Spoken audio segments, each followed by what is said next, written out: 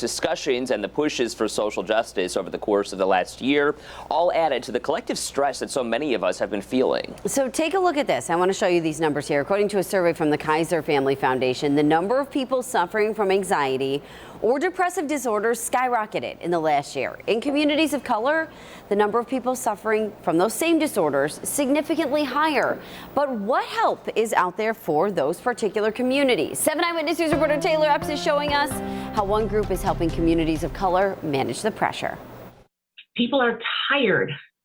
They are exhausted. Those two words I hear more than anything else. We are all carrying the stress of this pandemic every single day, on top of everything else life throws at us. As a result, local mental health professionals say they're seeing a lot of new clients. They have no choice. They realize I have to talk to somebody regardless of what it looks like. Erin M. Moss is a licensed mental health counselor. She says a lot of those new patients are people of color, but it's not just the pandemic weighing them down. People that have been experiencing trauma, racial-based trauma. Both of those things have been running alongside each other. And that is what I've been doing basically the entire year. According to Mental Health America, 17% of Black Americans reported having a mental illness in the past year. That's over 7 million people. 15% for Latinx Americans, 13% for Asian Americans, and 23% for Native and Indigenous communities. Feelings that so many people of color keep inside. People are afraid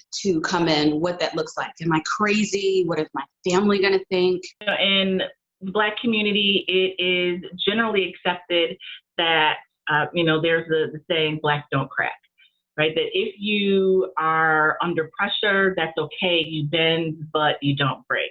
Kelly Marie Woodford is the founder and principal at Front Seat Life LLC, where she tries to break down these barriers for communities of color. She says a lot of this is new for them. The words like depression and bipolar disorder, these are very English words, and they don't translate in many other languages.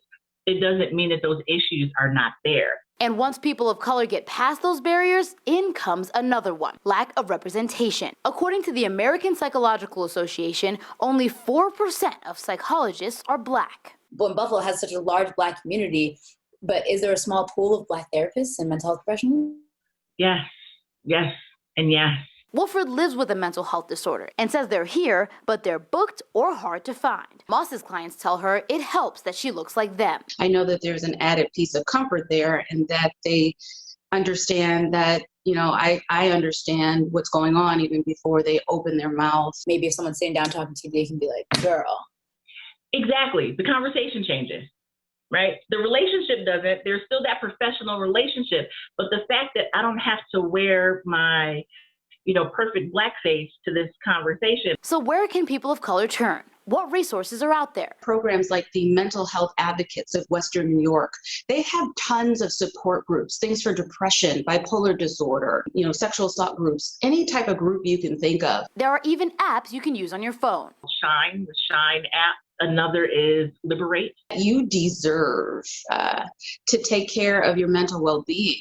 That everyone is entitled to that, just like we take care of our physical health. I say all the time that our mental well-being is just as important. In Buffalo, Taylor Epps, 7 Eyewitness News.